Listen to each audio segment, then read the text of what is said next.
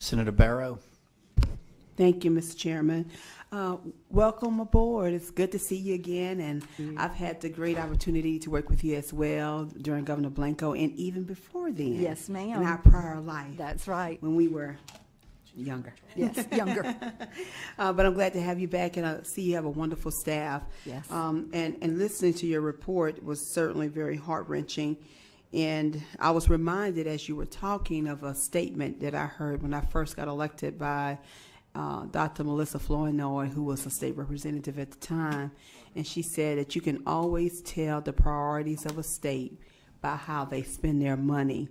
And so today, by having your department and then Office of Juvenile Justice, which was just in here, talking about the substantial cuts and how much you've been just grossly unfunded for the past 8 years, it really kind of shows me that we have not placed our money as a state in the place where I consider your agency in particular the heart of what we do in all state government, because it's the agency that really helps with our children, help families get back on their feet, and help kind of be that social agent that we need. And so I'm very disheartened to hear this, and I'm really, I've been praying a lot that we can make it through this, because these are some very difficult days.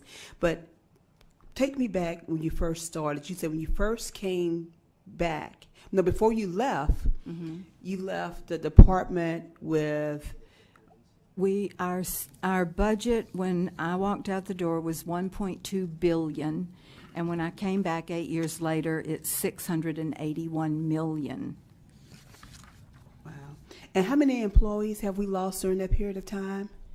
We had 5,242, and we now have 3,400. So has the work decreased? Oh, no, ma'am. The work has not decreased.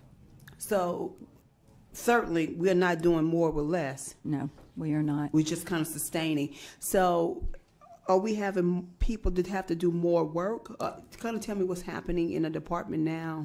That's a significant decrease. Yes, it is. We have been able to sustain a lot of those cuts, not directly in the front line in the field, but it affects our ratios of how many staff report to a supervisor and the load that the supervisors carry. It affects the number of food stamp workers and how fast they can do their applications. So the repercussions have hit us hard. And yes, we are doing more, although none of the federal guidelines have changed. We are still required to see children once a month in their home. We are still required to take children to their medical appointments. We're still required to get them to court. So the only way I can explain it is that the men and women that work in this organization do it because they have a passion and a commitment, and they're willing to work overtime and not be compensated for it in order to get the needs of their caseload met. So that was going to be my next question. Are they working overtime? So they're working overtime but not being compensated? They actually get, I guess it's K-time. K-time, But okay. then if they take that K-time, they come back to even worse scenarios, so very often they don't let take it go. the K Right. time. So recently we had some really bad stories here in Baton Rouge. One was the child that was grossly neglected, and our former colleague, Representative Alfred Williams, was actually right in the midst of really addressing some of those concerns. So when I heard you say that you guys, if you have these cuts, will only be able to do the really severe cases of broken bones. So in that situation with that young man, there would be a further delay in terms of investigation, I guess? Absolutely. That case would have been screened out because it was a neglect case. So had a report come in through the hotline of that case, which was not the way it actually happened. It happened because law enforcement stumbled upon it. Okay. But had a neighbor called and said, I believe this child next door to me is being abused, or being neglected. I don't see him playing outside. I don't see him going to school. The parents appear to be doing drugs. We would have said, I'm sorry, we don't come on neglect cases anymore. So you don't come at all? Well, if we are faced with these cuts, okay, that would be the scenario. Yes. So then what happens? Would it have to be like a police case? Would the police have to be called in before any action can be taken? I'm very concerned about that. Yes, so are we. The only way that the case would ever come to our attention would be if someone reported it or if the police stumbled on it, like happened in that case. Mm-hmm. Otherwise, in that particular situation, the child probably just would have died, and we never would have had any interaction with that family at all. Well, that is certainly unacceptable. And then I guess lastly, I want to go to you talking about the programs that would be cut, and all of these programs have been wonderful, significant programs that I believe have been great prevention savers. And there's actually, I think, the data to substantiate the importance of each one of them. The nurse partnership, I mean, I've heard wonderful reports about that and have actually met some of the families who have benefited from it. Drug court has been a wonderful program as well. And then alternatives to abortion, which is another great preventive program. So you're saying at this point, it's just those programs will go away? Yes. For the rest of this year, we would just have to terminate those contracts because that's $1.5 million that I could save in just those. And when I say drug courts, there are multiple drug courts. So I don't know that. I mean, that would be, we would have to sit down with them and figure out which court. I think there are 49 across the state. So about 49. And so that means that the program would just end immediately? How would that kind of fold down? It would end in 30 days because we would have to give them, since they're under contract to us, we would have to give them that 30-day notice that we were shutting the program down.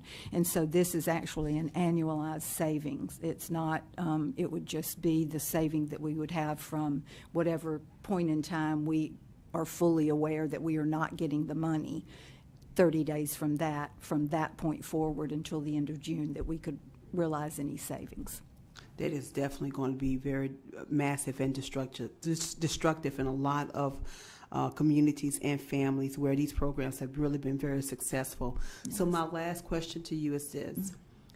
Is this a false cry of alarm? Mm-hmm. Have you guys done all that you can do outside of making these cuts to substantiate the organization? Is there a rabbit in a hat somewhere?